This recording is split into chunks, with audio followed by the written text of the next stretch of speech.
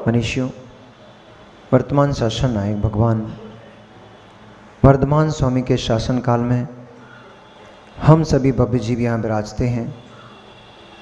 परम भट्टारक महाश्रमण उन भगवान वर्धमान स्वामी के मुख कमल से निश्रित भागवादिनी भगवती माँ जिनवाणी का हम सभी भव्य जीव यहाँ कर्णांजलि लगा करके पान कर रहे हैं।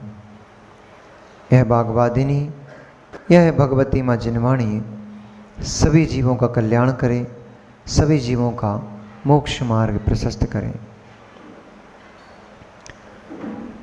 संसार अथाह सागर है और इस अथाह संसार समुद्र में पुण्यात्मा जीव सुखों को प्राप्त होते हैं, पापात्मा जीव कष्ट को, दुखों को प्राप्त होते हैं। यह संसार चक्र अनवरत ऐसा ही चला आ रहा है और अनंत कालों तक यह संसार चक्र ऐसा ही चलता रहेगा। भगवान जिनेंद्र की दिव्य ध्वनि को सुनकर के कुछ भव्य जीव वैराग्य की उत्पत्ति करते हैं, वैराग्य को प्राप्त होते हैं और वैराग्य को प्राप्त होकर के संयम को धारण करते हैं। संयम धारण करके वे जीव स्वर्ग और मोक्ष संपदा को प्राप्त करते हैं। तो फिर यहाँ प्रश्न किया कि भगवान आपने कुलकरों की उत्पत्ति काल के प्रथम, द्वितीय, तृतीय भेद का वर्णन किया और उन जीवों के सुख का वर्णन किया कि किस प्रकार संपूर्ण कष्टों से रहित वे जीव परम सुख का भोगन करते हैं और कितना पल्यों पल्यों की आयु उन जीवों की वहाँ सुखपूर्वक व्यतीत होती है। और यहीं तक नहीं, इतना सब सुख भोगने के बाद, इतना सब भोगों को भोगने के बाद भी वे जीव स्वर्ग को ही जाते हैं, नरकों को नहीं जाते हैं, अन्य किसी पर्याय को प्राप्त नहीं होते हैं। तो ऐसे जीव उस स्थान पर पहुंचते कैसे हैं? वो क्या करते हैं जिससे उनको ऐसे उत्तम भोग भूमि अथवा मध्यम भोग भूमि अथवा जघन्य भोग भूमि का बंध होता है और इन सुखों को प्राप्त होते हैं? तब आचार्य भगवंत ने दान की महिमा बतलाई। दान, आचार्य भगवंत ने कहा, गणधर परमेष्ठी गौतम स्वामी ने कहा कि हे श्रेणिक, ये दान के प्रभाव से जीव भोग भूमि के सुखों को भोगते हैं। उत्तम पात्र को दिया गया दान उत्तम फल को प्रदान करने वाला होता है। जिस प्रकार से एक बीज यदि उत्तम भूमि में, यदि बीज का भवन होता है, उत्तम भूमि में, उपजाऊ भूमि में यदि बीज को बो दिया जाता है तो वह बीज कई गुना फल को देने वाला होता है। ऐसे ही एक उत्तम पात्र, और उत्तम पात्र कौन होते हैं? उत्तम पात्र कौन होते हैं? निर्ग्रंथ तपोधन निर्गंत महामुनिराज ही उत्तम पात्र कहलाते हैं। उन उत्तम पात्रों को दिया गया दान, अब लेकिन ये भी समझना है दान में क्या देना है। नहीं तो अभी आ जाओ मोबाइल लेकर के महाराज जी के पास और कहो महाराज जी हमारे तो आपने तो बस दान की महिमा बताई थी कि दान देने से भोग भूमि के सुख मिलते हैं, लो प्लीज हमारे यहाँ से लैपटॉप ग्रहण कर लो, लैपटॉप ग्रहण, मोबाइल ग्रहण। ऐसा तो नहीं करोगे?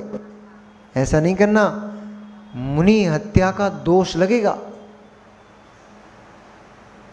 किसी मुनिराज को परिग्रही बनाओगे, किसी मुनिराज को, किसी उत्तम पात्र को परिग्रही बनाओगे तो मुनि हत्या का दोष लगेगा। क्यों?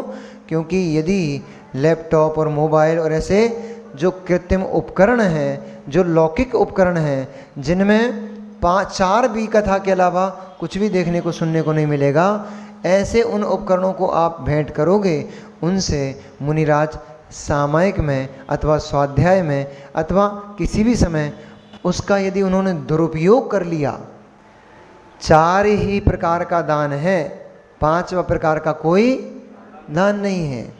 और 4 ही पात्र हैं, पांचवा कोई पात्र है नहीं। तो कौन कौन से 4 पात्र हैं? उत्तम, मध्यम, जघन्य, 3 प्रकार की अपेक्षा से 4 पात्र हैं। उत्तम पात्र निर्गंत तपोधन दिगंबर मुनिराज उत्तम पात्र हैं। मध्यम पात्र जो प्रतिमाधारी श्रावक, छुल्लक, छुल्लिका मतलब एलक, छुल्लक, छुल्लिका, एलक और माता जी आरिका माँ, ये सब मध्यम पात्र हैं। और श्रावक, वो भी कम से कम श्रावक भी कौन सा होना चाहिए? कम से कम अष्टमूल गुणों का धारक होना चाहिए, कम से कम सप्त व्यसन का त्यागी होना चाहिए, कम से कम 6 आवश्यकों का पालन करने वाला होना चाहिए, कम से कम जिनेंद्र भगवान का भक्त होना चाहिए। ऐसा श्रावक जघन्य पात्र है। इनको 4 संग 4 प्रकार का दान, औषधि शास्त्र अभय आहारा, कितने हैं? 4 ही हैं। कौन कौन से? औषधि दान। अब औषधि दान में कैसे? लेके गए पुड़िया बनाकर, महाराज जी आपको तबीयत खराब हो रही ना, ये पुड़िया ले लेना। ऐसे ही करोगे ना? ऐसे तो नहीं करते। ऐसा नहीं किया जाता। यदि पुड़िया महाराज जी के हाथ में पकड़ाओगे, वो पुड़िया महाराज जी ग्रहण, पहले तो वो पुड़िया ही ग्रहण नहीं कर सकते, फिर उस पुड़िया को आहार में सेवन भी नहीं कर सकते। उनके लिए वह उद्दिष्ट हो जाएगा। उसका नाम है दवाई। क्या नाम है? दवाई। उसको दबा के देना पड़ती है, खोल के नहीं देना पड़ती है, चुपचाप से देना पड़ती है। पता लगा चौके में पहुंचते ही सबसे पहले हल्ला मचाए, ए सुनो सुनो सुनो, बाद में कुछ भी चलाना, पहले ये दवाई चल रहा है महाराज की, रुको रुको रुको, दवाई चल रहा है महाराज की, तुम क्या कर रहे हो, पहले दवाई चल रहा है महाराज की। पूरे मोहल्ले में हल्ला मचा दिया, दवाई चल रहा है, दवाई चल रहा है। दवाई कहाँ हो गई? वो तो उठाई हो गई, खुलाई हो गई। पूरी पब्लिक के सामने तुमने खोल दिया, अब थोड़ी दवाई बची। समझदार श्रावक है, क्या नाम है? समझदार श्रावक कैसे दवाई चलाता है? समझदार श्रावक कैसे दवाई चलाता है? वस्तु को जो भी काढ़ा आदि है, एलोपैथी तो लेते नहीं महाराज, आयुर्वेदिक में भी जो अपराशुक हैं वो लेते नहीं, केवल प्राशुक ही द्रव्य लेते हैं। तो प्राशुक औषधि सबसे पहले तो अपने हाथ से तैयार करो, सोले में नहीं, और फिर उस औषधि को चम्मच लायक हो तो चम्मच में, कटोरी लायक हो तो कटोरी में, चुपचाप से अपने घोल घाल के तैयार करके रख लिया। अब दवाई चलने है शीरा में, चाशनी में, वो भैया लेके पहुंच गए दूध के साथ। महाराज लेनी पड़ेगी, डॉक्टर ने बोला था दवाई चलाना, महाराज लेनी पड़ेगी आपको। पुड़िया हाथ में रखें। कागज में से आहार करते हैं क्या मुनिराज? पन्नी में से आहार करते हैं क्या मुनिराज? माताओं थोड़ा विवेक रखो, विवेक रखो। जैसे पात्रों से आहार कराओगे मुनिराज को, वैसा ही कर्म का बंध होगा। भोग भूमि ऐसे नहीं पहुंच जाएगा जीव। कांच की बरनियाँ रखियो, उनमें जूस भर के रखियो, वो महाराज को बता रहे हो महाराज जूस, महाराज ने किया अब हमने इतने सारे जूस बनाए थे, नारियल पानी निकाला था, ये करा था, ये करा था, महाराज जी ने सारे जूस हटा दिए। अब प्लास्टिक के पात्रों में रखोगे, कांच के पात्रों में रखोगे, उत्तम पात्र हैं। अरे भोग भूमि प्रदान करने वाले पात्र हैं तुम्हें। ये कांचों के बर्तन में खाएंगे पिएंगे क्या? प्लास्टिक के बर्तन में खाएंगे पिएंगे क्या? विवेक होना चाहिए। अब ये छोटी छोटी चीजें भी महाराजों को तुम्हें सिखाना पड़ेंगी प्रवचन में। कांच के पात्र से आहार नहीं कराया जाता, प्लास्टिक के पात्रों से आहार नहीं कराया जाता। उत्तम पात्र हैं। यहाँ तक कि जो स्टील फिस्टील, ये तो लोहा लंगड़ है, जघन्य धातु है, निकृष्ट धातु है, इससे भी मुनिराज को आहार नहीं कराया जाता। मुनिराज उत्तम पात्र हैं। मुनिराज के आहार दान देने से भोग भूमि की प्राप्ति होती है। तो उन ऐसे मुनिराजों को लोहे लंगड़ में नहीं आहार कराया जाता। स्वर्ण पात्र होना चाहिए, रजत पात्र होना चाहिए। किसी की क्षमता नहीं है आ रहे हैं, हम चिंता नहीं करना। नहीं तो बोले महाराज सोने की बात कर रहे हैं, चांदी की बात कर रहे हैं, नीचे भी आ रहे हैं। जिसके पास पात्रता है, योग्यता है, संपत्ति है, धन है, अरे उसका सदुपयोग करो। रिश्तेदार आ गए तो नई थाली निकल रही हैं, बढ़िया बढ़िया एकदम लेटेस्ट, नया का नया डिनर सेट आया, अब भी आया 10,000 का। पापियों को खिलाने के लिए, पापियों को खिलाने के लिए जो गृहस्थ हैं, जो दिन भर 24 घंटे पाप में ही लगे हैं, उन गृहस्थों को खिलाने के लिए 10,000 का डिनर सेट लेकर आ गए। पर धन्य तुम्हारी खोटी बुद्धि और धन्य तुम्हारी परिणति को कि मुनिराज 3 लोक के नाथ बनने वाले हैं, उन 3 लोक के बनने वाले नाथ को आहार कराने के लिए स्टील की थालियां पकड़ा रहे हो। स्वर्ण पात्र में आहार होना चाहिए, रजत पात्र में आहार होना चाहिए। सामर्थ्य है तो, नहीं सामर्थ्य है तो कम से कम पीतल का तो पात्र रखो, कम से कम तांबे का तो पात्र रखो। नहीं है आपकी सामर्थ्य सोने चांदी लायक तो कम से कम स्टील निकृष्ट धातु कहलाती है, स्टील के पात्रों से आहार मत चलाओ। कम से कम तांबा और पीतल से ही आहार चलाओ तो उत्कृष्ट धातु तो कहलाएगी। श्रेष्ठ धातु में तो गिने जाओगे, लोहे में नहीं गिने जाओगे। फटे वस्त्रों से, टूटे बर्तनों से और सड़ी हुई द्रव्य से, सड़ी मतलब ऐसी घिसी पिटी टाइप की पड़ी हुई है, सालक पुरानी बादाम पड़ी थी, अरे चलो महाराज आगे आज निकाल लो भैया, उन्हें बाहर रखी थी, वे तो हटा ही नहीं, बाहर निकल ही नहीं पा रही थी। आज डिब्बा खुला है, बादाम भी मुस्कुराने लग गई, ओह साल भर बाद आज मैं मुक्त हो गई। उनमें इल्लियाँ पड़ गई हैं, लट लग गई हैं।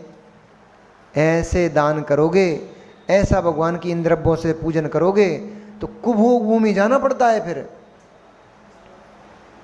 निकृष्ट पात्र से, निकृष्ट वस्तुओं से निकृष्ट द्रव्य को दान करोगे तो फिर कुभोग भूमि जाना पड़ेगा।